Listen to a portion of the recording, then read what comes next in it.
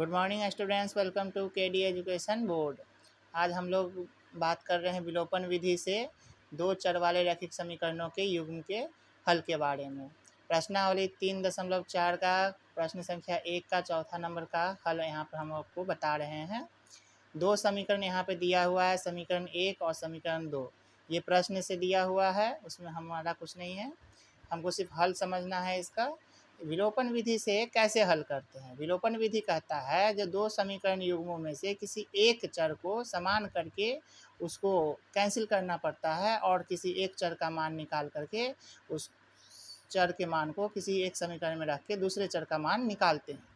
जैसे समीकरण 1 और समीकरण 2 में देखिए आप ध्यान से, x/2 समीकरण 1 में है और समीकरण 2 में केवल x है, तो केवल x वाले में 1/2 से अगर हम मल्टीप्लाई करेंगे तो ये भी x/2 हो जाएगा। और इस तरह से समीकरण 1 और समीकरण 2 में x वाला जो पद है वो बराबर हो जाएगा। बराबर होने के बाद जब उसको हम माइनस करेंगे तो x का पद कैंसिल होकर के केवल y का मान हम निकाल सकेंगे।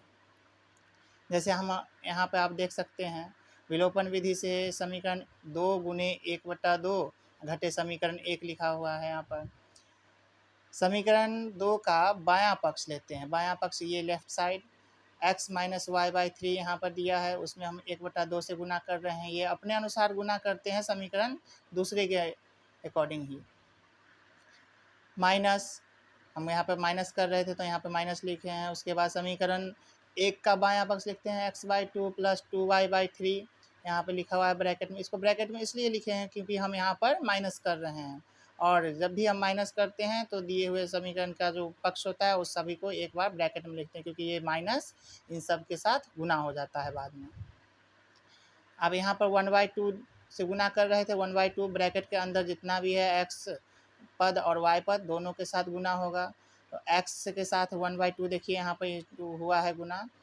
दूसरा है माइनस y/3 में भी 1/2 हम गुना किए हैं, माइनस लिखते हैं यहाँ पर, ये -1 x/2 के साथ गुना होकर के माइनस x/2 हो रहा है, और यही माइनस इसके साथ ही मल्टीप्लाई होकर के प्लस माइनस मिलकर के क्या बना देते हैं, माइनस 2y/3 हो जा रहा है।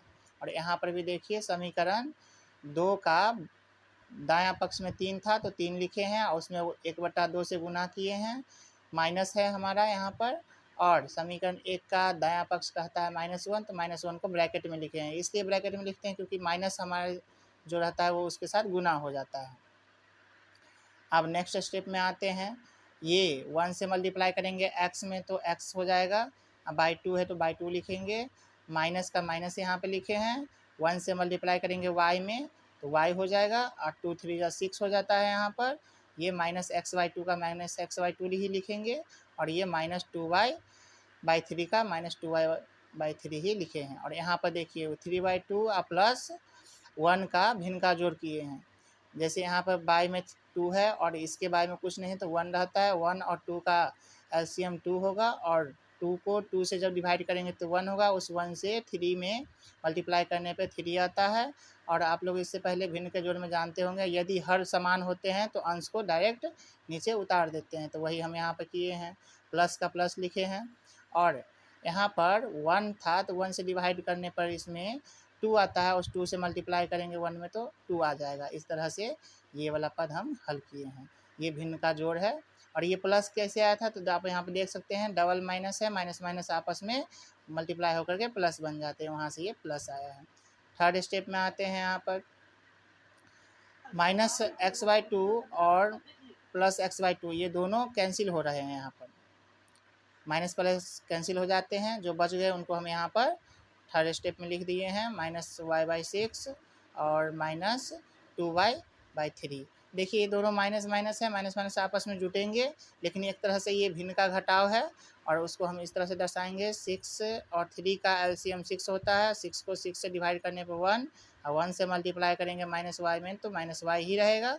ये माइनस बीच में था तो माइनस लिखेंगे, और 3 से डिवाइड करेंगे 6 में तो 2 आएगा, और 2 से 2 में मल्टीप्लाई करने पर 2 2 जा 4y हो जाएगा। और यहाँ पर ये दोनों को प्लस करने पर हमको 5 आता है, और 5/2 वैसे ही लिखेंगे।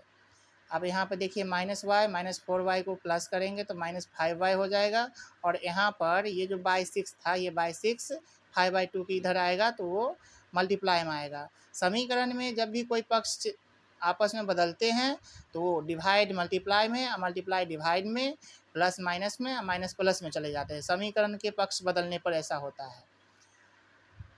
अब यहाँ पर हमको y का मान निकालना था, y के साथ -5 है, -5 इधर मल्टीप्लाई के रूप में है तो इधर आएगा दूसरे पक्ष में, तो वो डिवाइड के रूप में आएगा। तो यहाँ पर देख सकते हैं ये 2 से 3 में, ये 6 में डिवाइड किए हैं तो 2 3 जा 6, ये 3 आंसर आया है, और ये 3 मल्टीप्लाई में हम यहाँ पर लिखे हैं।